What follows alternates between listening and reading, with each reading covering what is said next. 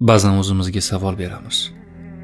Shuncha tashvishim turganda umraga borishim shartmi? Hali yoshman-ku, hali ulguraman-ku deymiz. Lekin bilasizmi? Dunyo ishi hech qachon tugamaydi.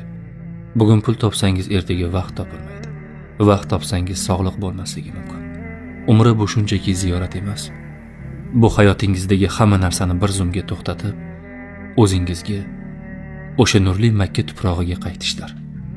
Tasavvur qiling, hamma sizdan nimadir talab qiladigan dunyodan qochib, Ka'baning yoniga borib o'tirdingiz. Hech kim sizni bezovta qilmaydi. Siz faqat o'zi bilan gaplashasiz.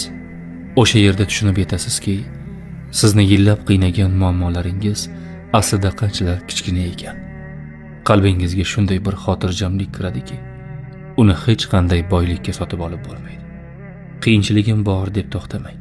Albatta har bir qiyinchilik bilan bir yengillik bordir. Balki siz kutgan o'sha yengillik aynan o'sha Ka'baning poyida turgandir.